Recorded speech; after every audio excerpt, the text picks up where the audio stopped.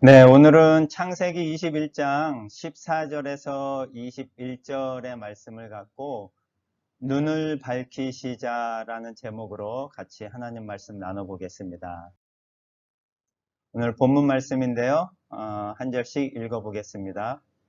아브라함이 다음날 아침 일찍 일어나 빵과 물 한 가죽 부대를 가져다가 하갈의 어깨에 매주고 아들과 함께 내보내니 하갈이 그곳을 떠나 브엘세바 광야에서 방황하였다. 가죽 부대에 물이 떨어지자 하갈은 아들을 떨기나무 아래에 두고 100m쯤 떨어진 곳에 가서 주저앉아 자식이 죽는 것을 참아 볼 수 없다며 목 놓아 울기 시작하였다.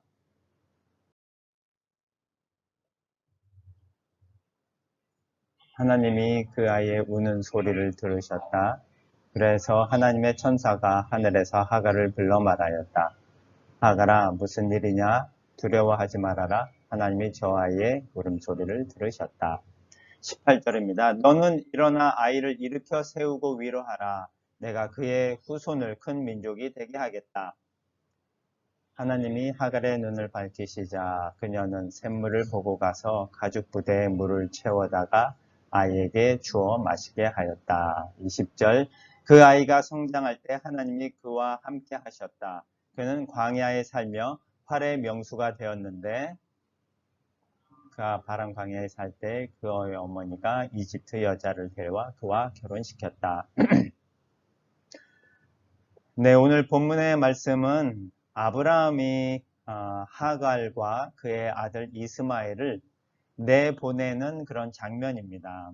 그런 장면과 그런 내용 속에서 하나님이 우리에게 또 어떤 말씀으로 이 월요일 아침에 은혜를 주시는지 한번 살펴보겠습니다. 14절의 말씀을 보니까 처음에 이렇게 기록되어 있습니다. 아브라함이 다음날 아침 일찍 일어나 빵과 물 한 가죽 부대를 가져다가 하갈의 어깨에 매주고 아들과 함께 내보내니 하갈이 그곳을 떠나 브엘세바 광야에서 방황하였다.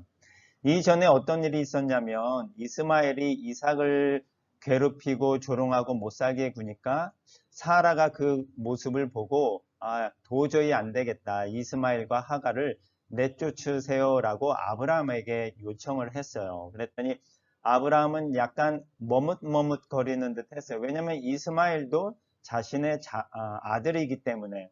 그런데 하나님께서 아브라함에게 사라의 말대로 하갈과 이스마엘을 내보내라 라고 말씀하셨어요. 그러자 14절에 보니까 다음날 아침 일찍 그냥 그 다음날 아브라함이 그냥 즉각적으로 순종하는 그런 모습을 볼 수 있는 거예요. 그 아이를 이제 내보내라 라는 그 하나님의 말씀에 따라서 이 아브라함이 이스마엘하고 하갈을 내보내는데 뭘 줬냐면 빵과 물 한 가죽 부대만 그냥 준 거예요. 그냥 빵이랑 물만 이렇게 휙 던져주고 나가라 하는 그런 어떻게 보면은 좀 매정하게 이 하갈과 이스마엘을 내쫓은 그런 상황입니다.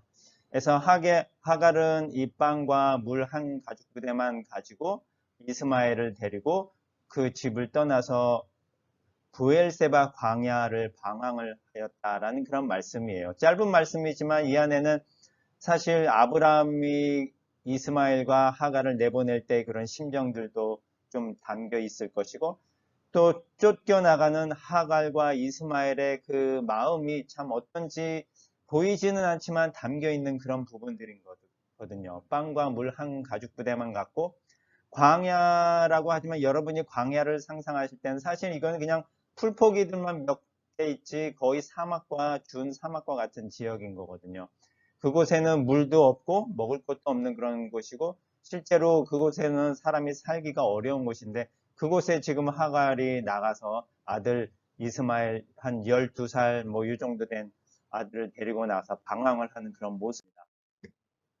이것이 지금 이스라엘 지역의 지도의 모습인데 맨 밑에 빨갛게 되어 있는 곳이 바로 지금 말하고 있는 부엘세바입니다.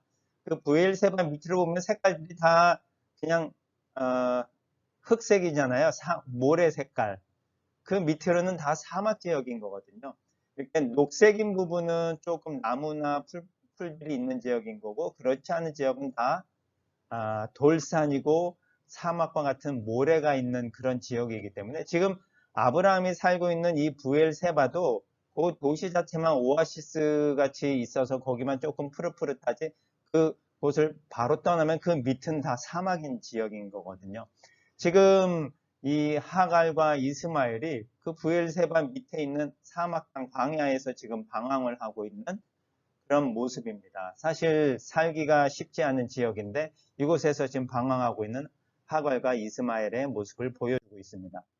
그런데 이곳이 물 한 가죽 부대만 아브라함이 이스마엘하고 하갈한테 줬잖아요. 이 물 한 가죽 부대가 얼만큼 많은 양인지는 모르겠지만 지금 1인당 하루 물 사용량을 보니까 한국 같은 경우는 282리터를 하루에 사용을 한대요. 282리터면은 1.5리터 페트병으로 엄청 많은 양이잖아요. 근데 한 가죽 부대면은 사람이 한 가죽 부대 뭐 들고 다닐 수 있을 정도면 뭐 기껏해야 10kg, 20kg밖에 안 됐을 텐데 뭐 10kg라 그래도 그게 뭐 한 100리터 정도밖에 안 되니까 아브라함이 내보낸 그 가죽 부대에 주어진 그 물을 갖고 하갈과 이스마엘이 살 수 있는 날은 그냥 하루 이틀 정도밖에 안 되는 거거든요. 뭘 조금씩 아껴 쓴다 그래도 며칠을 못 가는 그런 양인데 어떻게 보면 아브라함이 그 상황을 모르는 것도 아닌데 어떻게 이렇게 빵과 물 그냥 한 가죽 부대만 주고 내보낼 수 있었을까라는 그런 생각을 좀 해봅니다. 그런데 뭐 아니나 다를까 이 가죽 부대에 물이 많지는 않았던 것이 15절에 보니까 가죽 부대에 물이 떨어졌어요. 얼마 못 갔다라는 얘기죠. 그러다 하갈은 아들을 떨기나무 아래에 두고 100m쯤 떨어진 곳에 가서 주저앉아 자식이 죽는 것을 참아 볼 수 없다며 목 놓아 울기 시작을 했어요. 이제 뭐 물이 떨어졌으니까 뭐 아무리 빵이 많이 있다 그래도 먹을 물이 없으면은 죽을 수밖에 없는 그런 상황인 거잖아요. 그런 상황 가운데 있으니까 하갈이 당연히 목 놓아 하나님 앞에 기도를 할 수밖에 없었죠. 그러니까 17절에 보니까 하나님이 그 아이의 우는 소리를 들으셨다라고 기록하고 있어요. 그래서 하나님의 천사가 하늘에서 하갈을 불러 말하였다. 하갈아 무슨 일이냐 두려워하지 말아라. 하나님이 저 아이의 울음소리를 들으셨다. 그런데 특이한 것은 하나님이 하갈의 기도를 들은 게 아니고 하나님이 이스마엘의 우는 소리를 들으셨다라고 기록을 하고 있습니다. 물론 하갈이 하나님 앞에 목 놓아 기도하면서 그 아들 이스마엘이 저렇게 먹을 것이 없어서 물이 없어서 저희가 죽어가고 있습니다. 울고 있습니다. 라고 기도를 했겠죠. 그러한 우는 소리를 하나님이 들으셨다라고 기록을 하고 있는데 어떻게 보면은 하나님께서 이 하갈의 기도 소리를 들으면서 19절에 보면서 바로 어떤 모습을 보여주고 계시냐면 하나님이 하갈의 눈을 밝히시자 그녀는 샘물을 보고 가서 가죽 부대에 물을 채우다가 아이에게 주어 마시게 하셨다라고 합니다. 저희가 비전 케어의 이름으로 또 사역을 하고 있고 안과에서도 사역을 하고 있습니다. 그래서 어떻게 보면 눈과 아주 밀접하게 관련된 일들을 저희가 하고 있어서 성경을 볼 때도 눈과 관련된 부분이 나오면 괜히 더 눈이 가고 마음이 가는 것 같아요. 그래서 오늘 19절에 보니까 이렇게 기록되어 있잖아요. 하나님이 하갈의 눈을 밝히시자 라고 되어 있으니까 괜히 하갈의 눈을 밝히셨네. 어떻게 밝히셨지? 그런데 또 밝히시자 어떤 일이 일어나냐면 그녀는 샘물을 보고 가서 가죽 부대에 물을 채웠대요. 샘물을 보았대요. 샘물을 찾은 거죠. 그 전에는 하갈이 그 주변에 아무리 돌아다니면서 그 샘물이 있는 걸 몰랐을까요? 아무리 돌아다녀도 샘물을 찾을 수가 없는 그런 상황인 거고 샘물이 전혀 없을 거라는 것을 다 알고 있는 하갈이었는데 하나님이 눈을 밝히셨어요. 어떤 경우들이 있냐면 저희가 뭐 바쁘게 여러 가지 일을 하다가 어떤 도구를 방금 쓰고 옆에 놓고선 또 쓰려고 찾았는데 없는 거예요. 눈에 안 보이는 경우들이 가끔 있잖아요. 그런 경험들 하시죠. 수술 같은 데도 뭐 하다 보면 도구를 여러 개를 많이 쓸 거 아니에요. 그런데 쓰고 나서 옆에 놨는데 다시 쓰려고 했을 때 어디다 뒀지? 분명히 눈앞에 있는데도 못 찾고 이렇게 막 헤매는 그런 경험들이 아마 있을 수 있었을 것 같은데 바로 그런 상황일 수도 있는 것 같아요. 하나님이 눈을 밝히셔서 바로 앞에 있는데도 불구하고 우리가 못 보던 것을 하나님이 보게 만들어 주셨.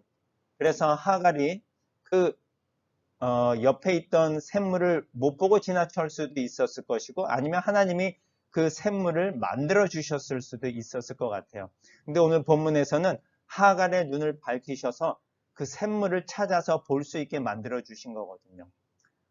근데 하나님이 굳이 구원의 계획 속에서 이렇게 벗어나 있는 하갈과 이스마엘까지도 하나님이 이렇게 돌보시고 또 다루시고 하는 그런 모습을 우리가 볼 때 우리가 이 비전케이 이름으로 또 명동 성모 안가에서 하는 일의 목적들이 보이는 것 같아요.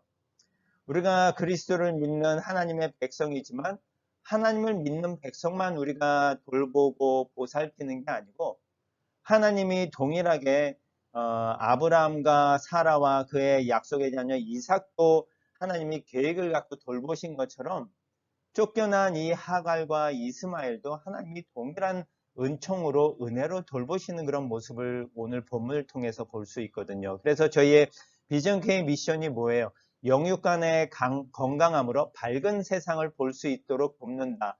근데 누구를 돕냐면 세상의 모든 사람들을 돕는 거거든요. 하나님이 세상을 창조하시고 세상의 모든 사람을 돕는데 특별히 구원받은 약속의 자녀들도 돌보시지만 그 구원의 밖에 우리 밖에 있는 그 사람들도 하나님이 돌보시는 거거든요.